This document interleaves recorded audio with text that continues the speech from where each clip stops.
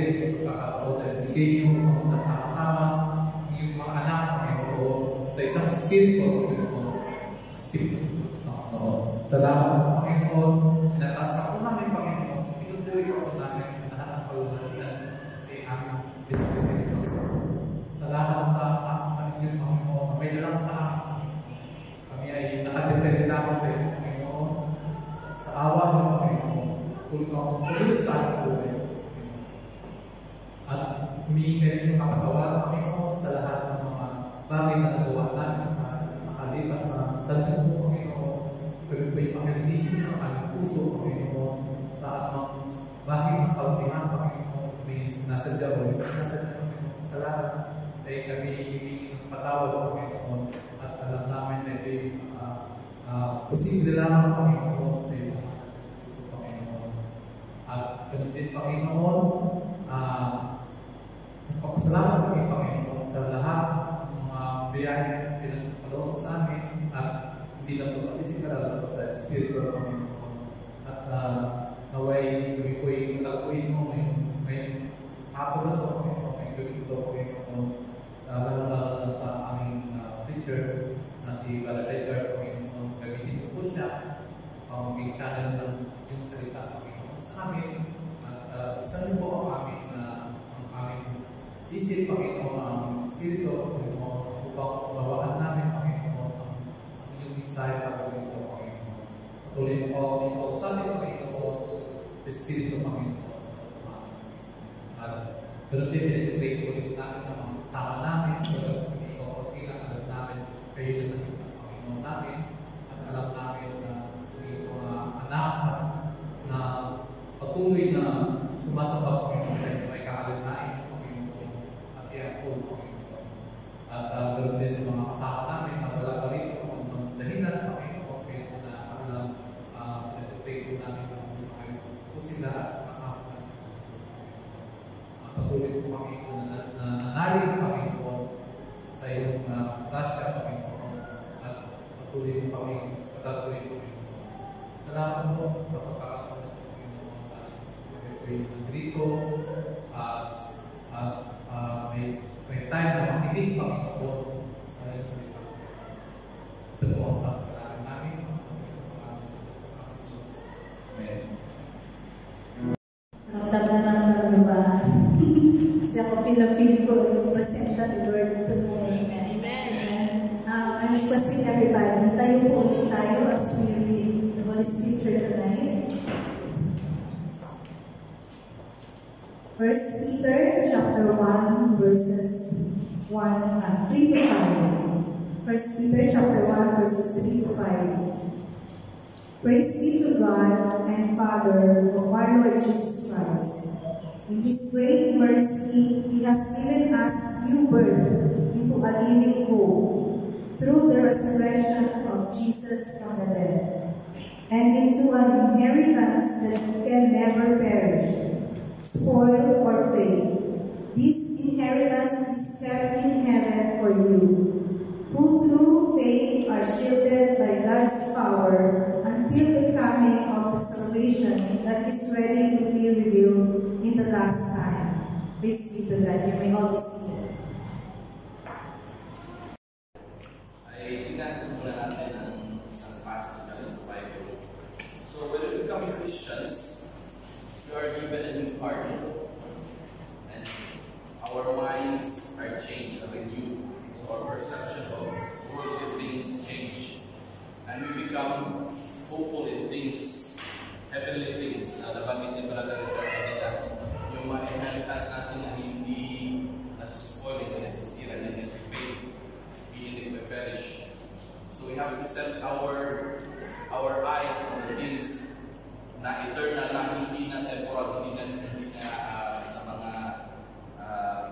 bagay dito sa mundo. But while we are still here, we are also commanded to do the things that God has assigned us to do.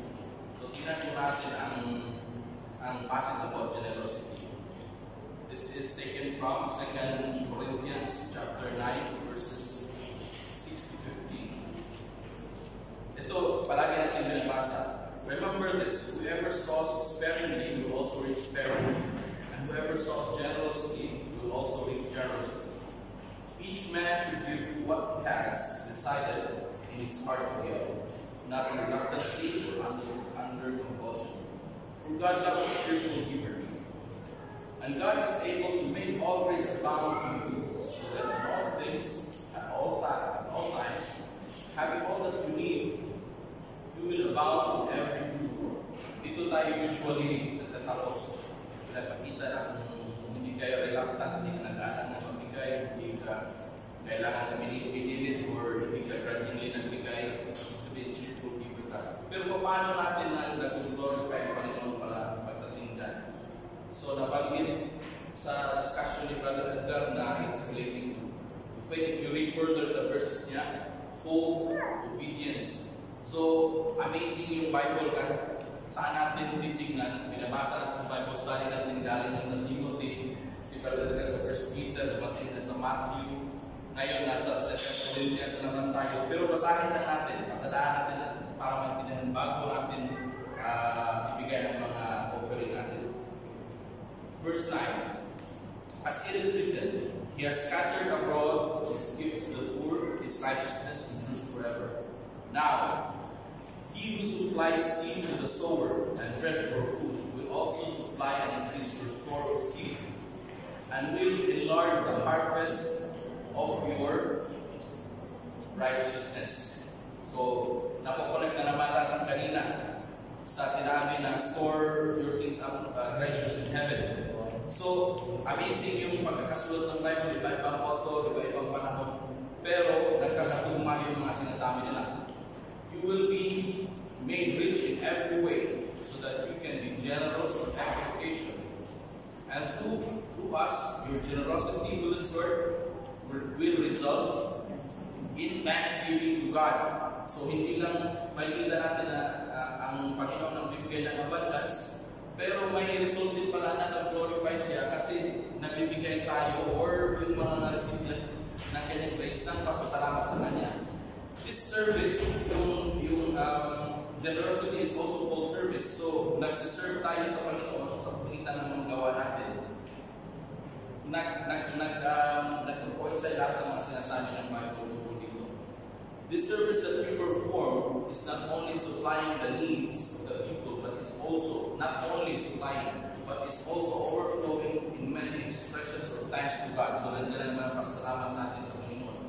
Because of the service, ang service naman na paggawa, after na-save tayo, because this is addressed to the Corinthians, na mga saints, na mga believers na, men will praise God for the obedience that accompanies our confession of the gospel of Christ. So, nandiyan yung obedience na kasama ng pag-confess, hindi yung pag-confess natin ng mga kasalanan. Ang pag-confess dito is ang declaration or statement ng ating paniniwala.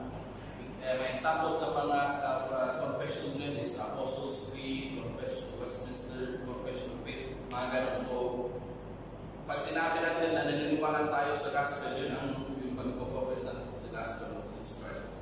And for your generosity in sharing with them and with everyone else. And in their prayers for you, their hearts will go out to you. So my feeling of gratitude papunta sa mga nagbibigay. So, nagiging mutual siya. When you are in need, nagbigay ka dati, you will also receive the love that is shown for your brothers and sisters. Not only sa mga recipient, pati rin sa mga nakikita na dati na nagbigay ka rin. So, magiging back and forth yung pagiging generous. Hindi lang pagiging generous kasi nabanggit dito, you will abound in every good work. Nabanggit din dati sa ibang verse na pagdating sa Bible, yung teaching, rebuking, so that people of God will be prepared for the good, for the work that has been in store for us. Diba? So, nagkaganon-ganon yung mga verses. Lastly, their hearts will go out to you because of the surpassing grace that is given to you. So, nandiyan na naman yung grace, pag-aralan natin yung grace na galing sa Panginoon. Pinuprotektahan tayo sa favor ng Panginoon ng pamagitan ng grace niya through our salvation na kay Jesus Christ. At i-enable niya tayo para makagawa ng mabuti yung mga gawain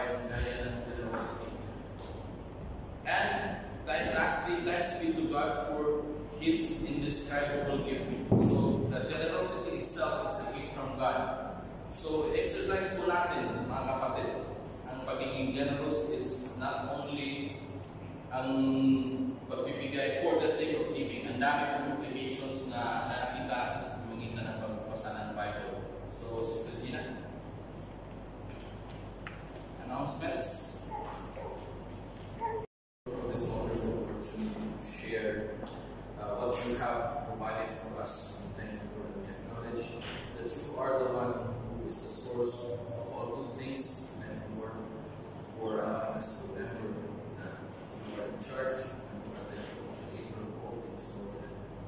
Without you, we will not be able to be productive. So whatever we have, consider as lost because we now acknowledge that in comparison to Lord Jesus Christ, it is of this importance. We pray that all of this will be used mightily in order to support the church, all the progress and the works that you have done and you will do for our church, and all of this for your praise and for your glory. So we pray in Jesus' name. Amen. Also, Lord God, meron sila, Panginoon, mga hope na temporary lang sa kanila, Panginoon. Lord, share this eternal hope na meron tayo, na meron kami, Panginoon, upang may bahagi namin sa kanila, Panginoon. Use us for your glory, Lord God, para sa mga taong ito na aming mga kaibigan, sa aming mga sa buhay, at sa mga taong na kamaligis sa Panginoon. Ingatan mo rin po kami pag-alis sa lugar na ito, Panginoon. Be your guidance and protection. Be each one of us, Lord, sa bawat tahanan na aming uwihan, Panginoon. Nawa Diyos ay kami ng ligtas at magwalhati, Panginoon. And also we pray for some of our brethren na ginagawa sa gabi ito. Lord, be with them, Lord God. Remind them, Lord, para sa masusunod na buhay. If they travel, Lord God, may you be with them, Lord God. Ingatan mo sila, Panginoon. Kasama sila naman sa kasandali ito, Panginoon. Convict them, Lord God. Having fellowship is the most important thing na meron ang bawat isa sa Panginoon, lalo sa mga oras at buhay na tulad ito, Panginoon. Salamat, Panginoon. Patuloy mo kami palakasin, Panginoon, sa aming pananampalataya. Patuloy namin pakawakan yung mga pangako, yung mga salita, Panginoon. Sa aming pag-alis sa Lord, bawa po namin ang pag-ibig, bawa po namin ang pag-asa, Panginoon. Bawa namin, Lord, ang yung mga pangako, Panginoon, na kami hindi mo iwanan, hindi po mabayaran, Panginoon. Wherever we are, Panginoon. Bless mo po kami mga trabaho, ang aming mga kalusugan, Panginoon, ang bawat member ng aming pamilya, mula sa pinakabata hanggang sa aming matanda, ang isa may mga sa buhay sa Pilipinas, Panginoon. Lahat ng itin kami na narito sa bansang ito, Panginoon. May your guidance, protection, be each and every one of us. Salamat, Lord, for your comfort. Pagkat malayo kami sa mga masa buhay. We are sure that your comfort be with us sa mga nagagawa. Salamat, Panginoon, sa iyong kabutihan. Patuloy po namin hinata sa inyong gawain ito, Panginoon, kapalayo po ng FCA, ng ESC, na patuloy po pong gamitin sa lugar ito, Panginoon, sa sala, maging sa buka-buka ng mga Panginoon Diyos. Salamat po, Panginoon, sa iyong papuri. Ito po kami sa pagkakataon.